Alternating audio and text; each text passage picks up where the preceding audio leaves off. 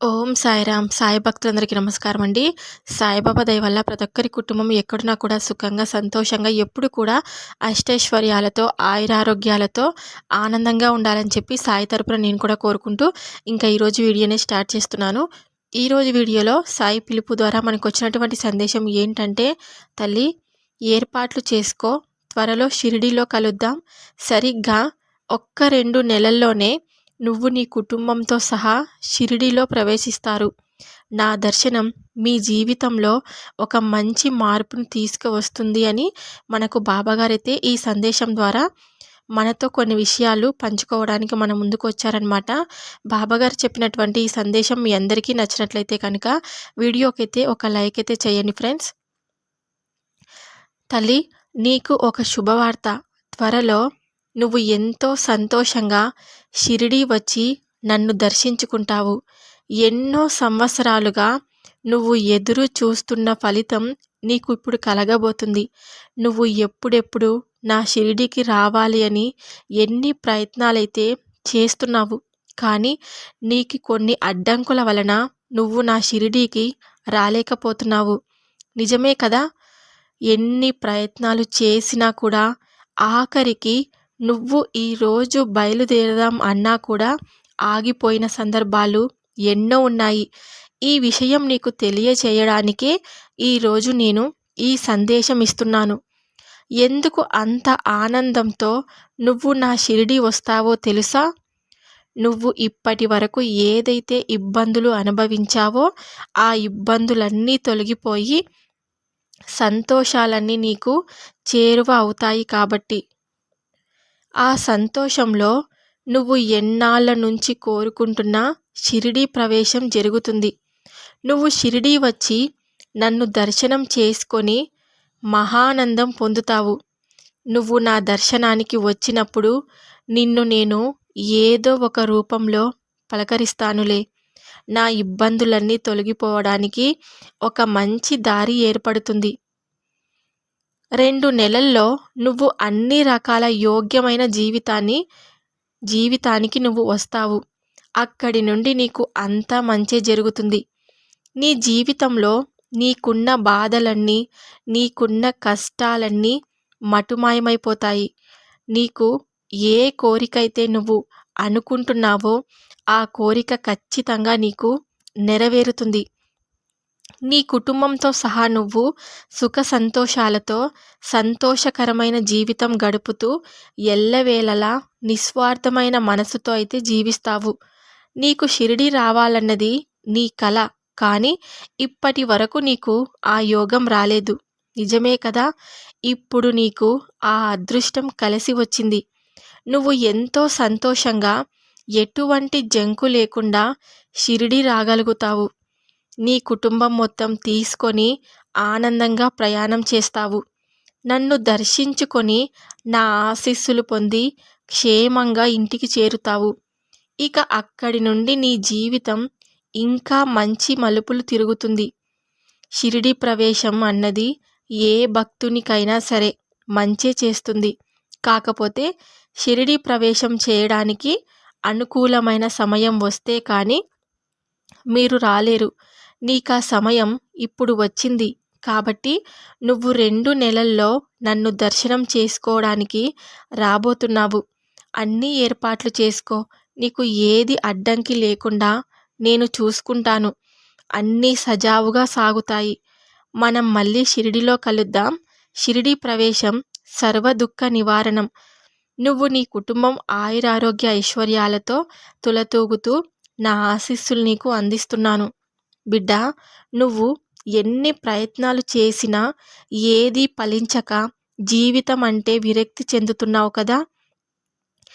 ఏది చేసినా కూడా కలిసి రావడం లేదే, ఆర్థికంగా దెబ్బతింటున్నానే, ఏమి చేయాలో పాలుపోక ఎవరిని అడగాలో తెలియక వేదన చెందుతున్నావు కదా? గత కొద్ది రోజులుగా పరిస్థితులన్నీ ఇలాగే తారుమారై వ్యతిరేక దిశలో వెళ్తున్నాయి. నువ్వు ఎంత మంచి ఆలోచన చేసినా కూడా అది అమల్లో పెట్టిన ఫలితం మాత్రం శూన్యం. ప్రతి పనిలోనూ ఇలాగే జరుగుతుంటే నీకు ఏమి చేయాలో తెలియడం లేదు కదా. మానసికంగా విపరీతమైన ఆందోళన నీకు కలుగుతుంది. తద్వారా ఆ ప్రభావం ఆరోగ్యం మీద పడింది. అలాగే కుటుంబంలో కూడా నవ్వులు మటుమాయమైపోయాయి. నీలో ఏ లోపం లేదు. నీకు పట్టిన చెడు శక్తులు, నీవు గతంలో ఎంతో బాగుండి ఆనందంగా ఉన్న రోజుల్లో నలుగురు నీ గురించి చర్చించుకుంటూ ఉండడం, అలా నలుగురి మధ్య నీ పేరు పదే పదే ప్రస్తావించడం వల్ల కూడా నీకు వ్యతిరేక ఫలితాలు ఇచ్చింది. వీటి వలనే నీకు ఈ పరిస్థితి కూడా వచ్చింది. అందుకే నువ్వు ఒకసారి షిరిడీ వచ్చి ద్వారకామాయిలో అడుగుపెట్టు. అన్ని కష్టాలు నీకు తొలగిపోయి ప్రశాంతత ఏర్పడుతుంది. ఆ చెడు శక్తులు ఎప్పుడూ నీ దరికి రాకుండా చేస్తాను. ద్వారకామాయిలో అడుగుపెట్టిన నీకు రక్షణ కవచం ఏర్పడి ఎల్లప్పుడూ కాపాడుతుంది. నీవు ఏ పని చేసినా ఆ రక్షా కవచం నీకు మంచి ఫలితాలను ఇస్తుంది. కనుక నువ్వు షిరిడీ వచ్చి నన్ను దర్శించుకొని నా మందిరంలో ప్రశాంతంగా కూర్చొని ధ్యానం చేసుకో. నీకు ఎల్లప్పుడూ జీవితాంతం రక్షణ కలుగుతుంది. పరిస్థితులన్నీ చక్కబడి ఇంతకు ముందు వలె ఎంతో సంతోషంగా గడపగలుగుతావు. నువ్వు చేసే ప్రతి పనిలోనూ కలిసి వచ్చి ఆర్థికంగా స్థిరపడి మంచి జీవితం గడుపుతావు. నీ ఇల్లు సంతోషాలు వెలుగుతో సంబరంగా ఉంటుంది. ఏ కష్టానికైనా షిరిడీ ప్రవేశం ఒక్కటే దారి. షిరిడీ ప్రవేశం అన్ని దుఃఖాలను తొలగిస్తుంది. ఒక్కసారి షిరిడీకి వచ్చి ఆ మహత్యం ఏమిటో తెలుసుకో. నువ్వు తిరిగి ఇంటికి వెళ్ళేటప్పుడు నిండైన ఆత్మవిశ్వాసంతో వెళ్తావు. ఎందుకంటే నీకు నీ భవిష్యత్ ఏంటన్నది తెలుస్తుంది కాబట్టి. త్వరలోనే షిరిడీలో కలుద్దాం. నీకు నా ఆశీస్సులు ఎప్పటికీ ఉంటాయి. బాబాగారైతే మనకు ఈరోజు ఈ సందేశం ద్వారా షిరిడీ ప్రవేశం గురించి మనకు చెప్పారండి. నిజమే కదండి. షిరిడీకి ఎన్ని ప్రయత్నాలు చేసినా కూడా ఏదో ఒక అడ్డంకి వలన మనము వెనక్కి వెళ్తూ ఉంటామన్నమాట.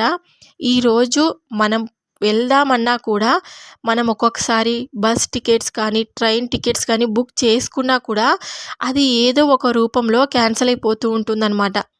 అయ్యో మేము వెళ్దాం అనుకున్నాం కదా, మాకేంటి ఇలా జరిగింది అని. కానీ మనకు బాబాగారు స్వయాన వచ్చి తన చేతుల్ని చాపి మమ్మల్ని షిరిడీకి తీసుకెళ్తారు అని అనుకున్నప్పుడే, బాబాగారు చేయి చాపి షిరిడీకి తీసుకెళ్తానన్నప్పుడే మనం వెళ్ళగలం అన్నమాట.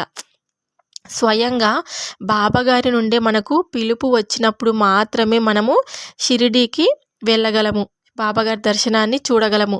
అలా కాకుండా మనము ఎన్ని ప్రయత్నాలు చేసినా కూడా, ఎంత వెళ్ళాలనుకున్నా కూడా, ఎంత డబ్బులు ఉండాలి అని మన దగ్గర అనుకున్నా కూడా మనము డబ్బులన్నీ సమకూర్చుకుని ఉంటాము. కానీ ఏదో ఒక అనారోగ్యం చేతనో ఇంకా ఏదో ఒక రూపంలో మనము వెళ్ళలేమన్నమాట షిరిడీకి. ఇంకా చాలామంది బాధపడుతూ ఉంటారు, అయ్యో మేము వెళ్ళాలనుకున్నాము వెళ్ళలేకపోయామని. కానీ ఒక్కొక్కసారి మాత్రం మన దగ్గర డబ్బు లేకపోయినా కూడా వేరే వాళ్ళు మేము బుక్ చేసామండి, వాళ్ళు రాలేదు, వాళ్ళ ప్లేస్లో మీరు వస్తారా అని అనడం కానీ, ఇంకా మేము షిరిడీకి వెళ్తున్నాం మీరు మాతో పాటు వస్తారా అని అనడం కానీ ఇలా జరుగుతూ ఉంటుందన్నమాట. మనం సడన్గా ప్రయాణం అనేది కడతామన్నమాట. నిజమే అండి, ఇది నాకు కూడా చాలాసార్లు జరిగిందనమాట. నేను షిరిడీకి వెళ్ళాలని ఎంత ప్రయత్నం చేసినా కూడా అది నాకు జరగలేదండి. నిజంగా నేను చెప్తున్నాను కదా. నేను ఒక 1 ఇయర్ బ్యాక్ అనమాట షిరిడీకి వెళ్ళాలనుకున్న, ఎంత ప్రయత్నం చేసినా కూడా స్వయంగా నేను వెళ్ళలేకపోయాను. నా దగ్గర అమౌంట్ ఉన్నా కూడా నేను వెళ్ళలేకపోయాను అనమాట. ఏదో ఒక రూపంలో ఇలా అవుతూనే ఉంది. అయ్యో ఏంటి, నేను బాబాగారిని చూడలేనేమో, నేను షిరిడీకి వెళ్ళలేనేమో, ఎన్నిసార్లు చూసినా కూడా వెళ్ళాలనిపిస్తూ ఉంటుంది కదా అండి ప్రతి ఒక్కరికి. అలానే నాకు కూడా అనిపించింది అనమాట. కానీ నేను వెళ్ళలేకపోయినాను. సడన్గా ఇట్లా మా రిలేటివ్స్ మేము షిరిడీకి వెళ్తున్నాము, మీరు కూడా వస్తారా అని అనడం, నేను వెళ్ళడం, బాబాగారిని దర్శించుకోవడం, ఇవన్నీ నాకు చాలా బాగా అనిపించాయి అన్నమాట. బాబాగారు ద్వారా పిలుపు వస్తేనే మనం వెళ్ళగలమని మాత్రం నాకు బాగా తెలిసిపోయింది ఆ రోజు. ఇంకా బాబాగారి నుండి మనకు సంకేతాలు, అంటే షిరిడీకి రండి అని మనకు బాబాగారు ఏ విధంగా సంకేతాలు ఇస్తారంటే, మనకు షిరిడీకి వెళ్ళి వచ్చిన వాళ్ళు మన ఇంటికొచ్చి గురువారం రోజు ప్రసాదం పంచిపెడుతూ ఉంటారు కదా! మేము షిరిడీకి వెళ్ళొచ్చామండి, ప్రసాదం తీసుకోండి అని. అప్పుడు ఆ సంకేతం అనేది బాబాగారు మనకు మీరు కూడా షిరిడీకి రండి అని మనకు పిలుపునిచ్చినట్లు అర్థం అనమాట. ఇంకొకరు బాబాగారు పాదుకలు తీసుకురావడం కానీ, ఇంకా బాబాగారు చిన్న విగ్రహం తీసుకొనొచ్చి మేము షిరిడీకెళ్ళాము, విగ్రహం తీసుకోండి అని చెప్పడం కానీ, ఇంకా బాబాగారు సచ్చరిత్ర పుస్తకం ఇవ్వడం కానీ, ఇలా ఏదో ఒక రూపంలో మనకు బాబాగారు షిరిడీకి రండి అని కొన్ని సంకేతాలను ఇస్తూ ఉంటారనమాట. అప్పుడు మనం అర్థం చేసుకోవాలి, మనల్ని స్వయంగా బాబాగారే పిలుస్తున్నారు అని మనకు అర్థం చేసుకోవాలన్నమాట. నిజమే అండి ఇది మాత్రం. చుట్టుపక్కల వాళ్ళు మన ఫ్రెండ్స్ కానీ ఎవరైనా షిరిడీకెళ్ళినప్పుడు మనము వాళ్ళు ప్రసాదం ఇచ్చే సమయానికి మనం ఇంట్లో లేకపోవడం కానీ, వాళ్ళే ఇవ్వకపోవడం కానీ ఇలా చేస్తూ ఉంటారనమాట. కానీ మనము అంటే ఎంత ప్రయత్నం చేసినా కూడా బాబాగారి ప్రసాదం రావడం కూడా మనకు చాలా గ్రేటే కదండీ! మనకు ఇంటి పక్కన వాళ్ళు మనం ఇంట్లో ఉన్నా కూడా ఒక్కొక్కసారి ఇవ్వలేకపోవచ్చనమాట. అది వాళ్ళ ఇష్టం అనమాట అది. కానీ మనకు బాబాగారు పిలుపునిస్తున్నారని చెప్పడం అంటే ప్రసాదం రూపంలో కానీ, ఏదో ఒక ఫోటో రూపంలో కానీ, విగ్రహం రూపంలో కానీ, పాదుకలు కానీ, ఇంకా బాబాగారి దారాలు ఉంటాయి కదండీ! అక్కడ షిరిడి నుంచి ఏదో ఒకటి అనమాట మన ఇంటికి వస్తే కనుక మనం షిరిడీకి ప్రయాణం చేయాలని బాబాగారు మనకు ఇస్తున్నటువంటి సంకేతాలుగా మనం భావించాలన్నమాట. బాబాగారు ఈరోజు ఈ సందేశం ద్వారా ఒక 2 నెలల్లో మీకు షిరిడీకి వెళ్ళొచ్చని మనకు బాబాగారు ఈరోజు ఈ సందేశం ద్వారా తెలియపరిచారండి. బాబాగారు చెప్పినటువంటి సందేశం మీ అందరికీ నచ్చినట్లయితే కనుక ప్రతి ఒక్కరూ ఇంకొంతమందికి షేర్ చేయడానికైతే ప్రయత్నం అయితే చేయండి. వీడియోకైతే ఒక లైక్ అయితే చేయండి. ఇంకా కొత్తగా మన ఛానల్ని ఎవరైనా చూస్తుంటే కనుక సాయి పిలుపు పక్కన రెడ్ కలర్లో సబ్స్క్రైబ్ అనే బటన్ ఉంటుంది, దాన్ని క్లిక్ చేస్తే పక్కనే ఆల్ అనే సింబల్ కూడా వస్తుంది. దాన్ని కూడా క్లిక్ చేస్తేనే నేను బాబాగారి వీడియో ఎప్పుడు పెట్టినా కూడా మీకే ఫస్ట్ నోటిఫికేషన్ రూపంలో మీ మొబైల్ దాకా వస్తుందన్నమాట. అప్పుడు బాబాగారు చెప్పినటువంటి సందేశాలు, బాబాగారు చెప్పినటువంటి పరిహారాలు ఇలా చక్కగా వినొచ్చు. బాబాగారు చెప్పినటువంటి పరిహారాలు కూడా మీరు పాటించండి. నేను ఎన్నో పరిహారాలు చెప్పానన్నమాట మన ఛానల్లో. చూస్తూ ఉండండి, పాటించండి, మీకు అంతా మంచి జరుగుతుంది.